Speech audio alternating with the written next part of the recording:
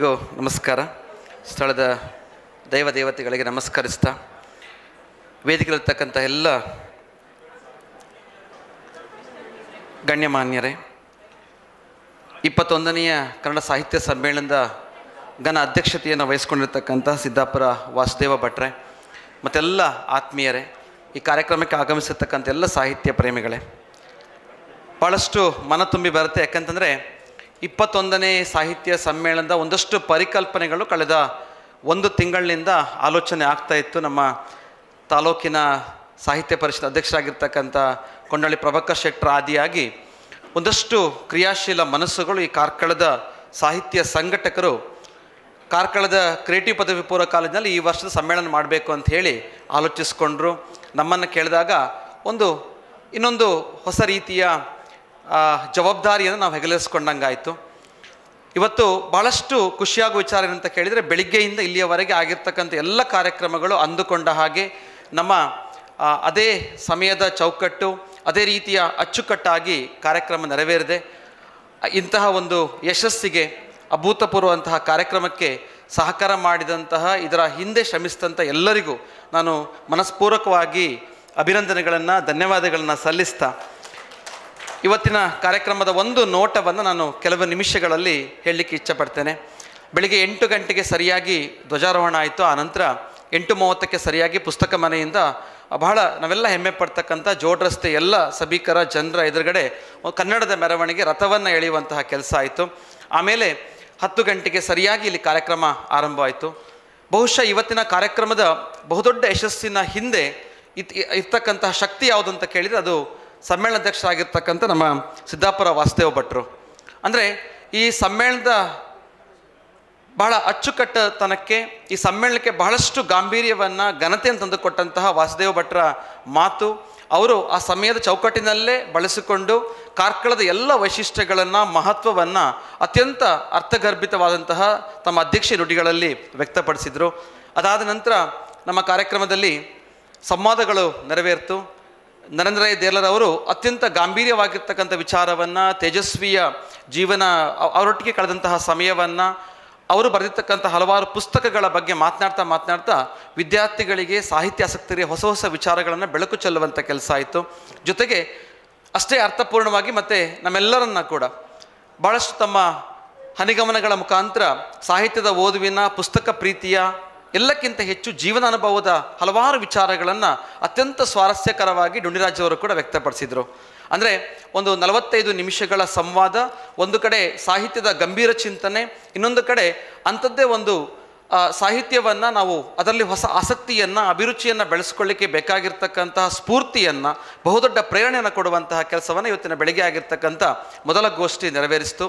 ಎರಡನೇ ಗೋಷ್ಠಿಯಲ್ಲಿ ಈ ಕಾರ್ಕಳ ತಾಲೂಕಿನ ವಿವಿಧ ಶಿಕ್ಷಣ ಸಂಸ್ಥೆಗಳ ವಿದ್ಯಾರ್ಥಿಗಳು ಬಹಳ ಅಚ್ಚುಕಟ್ಟಾಗಿ ಪುಸ್ತಕ ಪ್ರೀತಿಯ ಬಗ್ಗೆ, ಅವರವರು ಓದಿರ್ತಕ್ಕಂಥ ಪುಸ್ತಕಗಳ ಬಗ್ಗೆ ವ್ಯಕ್ತಪಡಿಸಿದರು.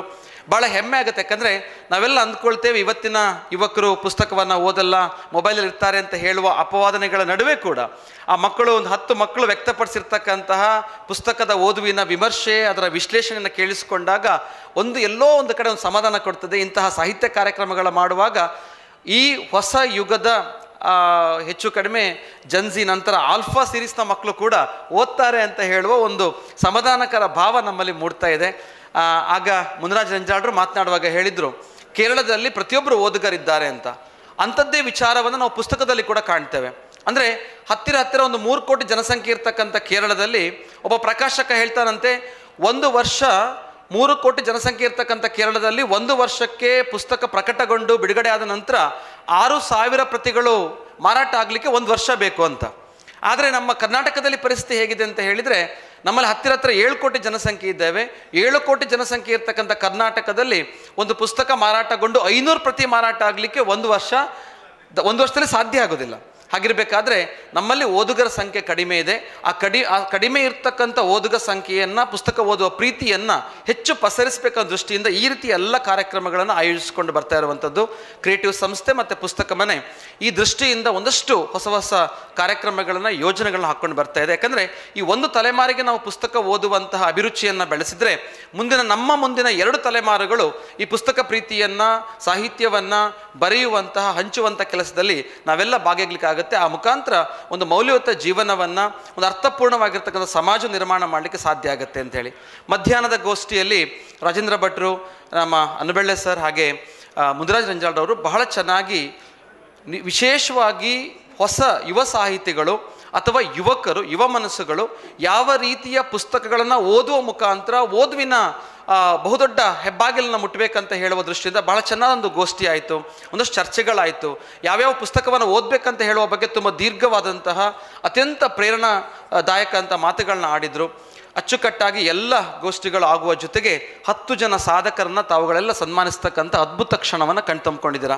ಪ್ರೀತಿಯ ವಿದ್ಯಾರ್ಥಿಗಳೇ, ಸಾಹಿತ್ಯ ಅಭಿಮಾನಿಗಳೇ, ನಾನು ಹೇಳುವ ಮಾತಿಷ್ಟೇ, 10 ಜನರ ಸನ್ಮಾನಿಸುವಾಗ ನಮ್ಮ ನಾಗೇಶ್ ಮಾಸ್ಟರ್ ಕೂಡ ಬಹಳ ಅದ್ಭುತವಾಗಿ ಅವರ ಬಗ್ಗೆ ವರ್ಣನೆಯನ್ನು ಕೊಟ್ಟರು. ಆ ರೀತಿಯ ಪ್ರೇರಣೆ ಯಾಕೆ ಇಂಥ ಕಾರ್ಯಕ್ರಮಗಳ ಮುಖಾಂತರ ಬೇಕು ಅಂತಂದರೆ, ನೀವು ನಾಳೆ ಯಾವುದಾದ್ರು ಕ್ಷೇತ್ರಕ್ಕೋ ಯಾವುದಾದ್ರು ದಾರಿಯನ್ನು ಆಯ್ಕೆ ಮಾಡ್ಕೊಂಡು ಹೋಗ್ತೀರಾ. ಆ ಎಲ್ಲ ದಾರಿಯನ್ನು ಆಯ್ಕೆ ಮಾಡಿಕೊಂಡಾಗಲೂ ಕೂಡ ನಾನು ಸಮಾಜಕ್ಕೆ ನೆರಳಾಗಬಲ್ಲಂತಹ, ಸಮಾಜಕ್ಕೆ ನೆರವು ನೀಡ್ತಕ್ಕಂತಹ ಅಶಕ್ತರಿಗೆ, ಕೈಲಾಗದವರಿಗೆ ನಾವು ನಮ್ಮ ಕೈಲಾಗುವಷ್ಟು ಸಹಾಯವನ್ನು ಮಾಡುವಂಥ ಮನಸ್ಸನ್ನು ಬೆಳೆಸ್ಕೊಳ್ಬೇಕಂತ ಹೇಳುವ ಬಹುದೊಡ್ಡ ಸ್ಫೂರ್ತಿಯನ್ನು ಆ 10 ಜನ ಸನ್ಮಾನದ ತಾವುಗಳೆಲ್ಲ ಕಣ್ತುಂಬಿಕೊಂಡಿದ್ದೀರಾ. ಅಲ್ಲಿ ನಮ್ಮ 3 ಮಾರ್ಗದಲ್ಲಿ ಸೇವೆ ಸಲ್ಲಿಸ್ತಕ್ಕಂತಹ ಅವರ ಮಗ ಕೂಡ, ನಮ್ಮ ಹೆನ್ರಿ ಶಾಂತಮೇಯರ್ ಅವರ ಮಗ, ನಮ್ಮ 2 ವರ್ಷದ ಹಿಂದಿನ PU ಕಾಲೇಜಿನ ವಿದ್ಯಾರ್ಥಿ ಕೂಡ. ಅಂದರೆ ಬಹುಶಃ ನೀವೆಲ್ಲ ಹೆಚ್ಚು ಕಡಿಮೆ ಕಾರ್ಕಳಕ್ಕೆ ಹೋಗಿ ಬರುವಾಗ ಅವ್ರು ನೋಡ್ತಾ ಇರ್ತೀರ.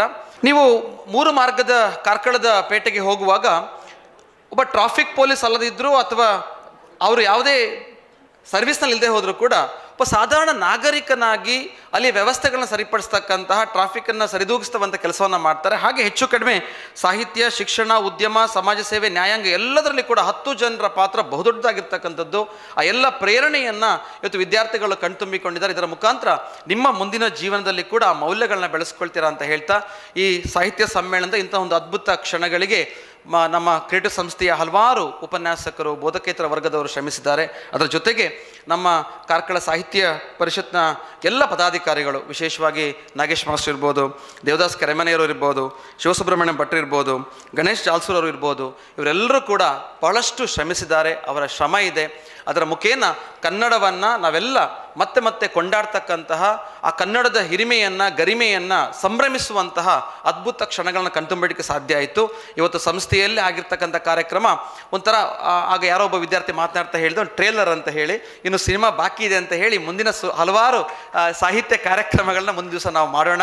ಪುಸ್ತಕ ಸಾಂಗತ್ಯದ ಮುಖಾಂತರ, ಸಾಹಿತ್ಯ ಸಾಂಗತ್ಯದ ಮುಖಾಂತರ, ಪುಸ್ತಕ ಧಾರೆಯ ಮುಖಾಂತರ, ಸ್ಫೂರ್ತಿ ಮಾತಿನ ಮುಖಾಂತರ ನಿರಂತರವಾದ ಸಾಹಿತ್ಯ ಕೆಲಸಗಳು ಈ ಸಂಸ್ಥೆಯಲ್ಲಿ ಆಗ್ತಾ ಇದೆ. ಇವತ್ತು ಸಾಹಿತ್ಯ ಸಮ್ಮೇಳನ ಇನ್ನೊಂದು ನಮಗೆ ಹೊಸ ಶಕ್ತಿಯನ್ನು, ಪ್ರೇರಣೆಯನ್ನು ಕೊಟ್ಟಿದೆ ಅಂತ ಭಾವಿಸ್ಕೊಳ್ತಾ, ಈಗ ಹೆಕ್ಕಿದ್ದು ಮುತ್ತಾದರೆ ಮಿಕ್ಕಿದ್ದು ಸರೋವರ ಅಂತ ಮಾತಿನಂತೆ ನಾವಿನ್ನೂ ಮಾಡಬೇಕಾದಂತಹ ಈ ರೀತಿಯ ಸಾಂಸ್ಕೃತಿಕ, ಸಾಹಿತ್ಯ, ಶಿಕ್ಷಣದ ಕೆಲಸಗಳು ಇನ್ನೂ ತುಂಬ ಇದೆ ಅಂತ ಭಾವಿಸ್ಕೊಳ್ತಾ, ಈ ಕಾರ್ಯಕ್ರಮಕ್ಕೆ ತಾವುಗಳೆಲ್ಲ ಅತ್ಯಂತ ಪ್ರೀತಿ ಇಟ್ಟು ಕ್ರಿಯೇಟಿವ್ನ ಕ್ಯಾಂಪಸ್ಸಿಗೆ ಆಗಮಿಸಿದ್ದೀರಾ. ನಮ್ಮ ಆತಿಥ್ಯಗಳು ನಿಮ್ಮನ್ನು ಎಷ್ಟು ಮಟ್ಟಿಗೆ ಖುಷಿಪಡಿಸ್ತವೇನೋ ಗೊತ್ತಿಲ್ಲ, ಆದರೆ ನಮ್ಮನ್ನಂತೂ ಖಂಡಿತ ನಿಮ್ಮೆಲ್ಲರ ಪಾದಸ್ಪರ್ಶದಿಂದ ಈ ಸಂಸ್ಥೆಗೆ ಮತ್ತಷ್ಟು ಪ್ರೇರಣೆ ಸಿಕ್ಕಿದೆ, ಮತ್ತಷ್ಟು ಹಾರೈಕೆಗಳು ಸಿಕ್ಕಿದೆ ಅಂತ ಭಾವಿಸ್ಕೊಳ್ತಾ, ಮತ್ತೊಮ್ಮೆ ತಮ್ಮೆಲ್ಲರಿಗೂ ಪ್ರೀತಿಪೂರ್ವಕ ವಂದನೆಗಳು ಸಲ್ಲಿಸ್ತಾ ನಮ್ಮ ಮಾತನ್ನು ಮುಗಿಸ್ತಾ ನಮಸ್ಕಾರ.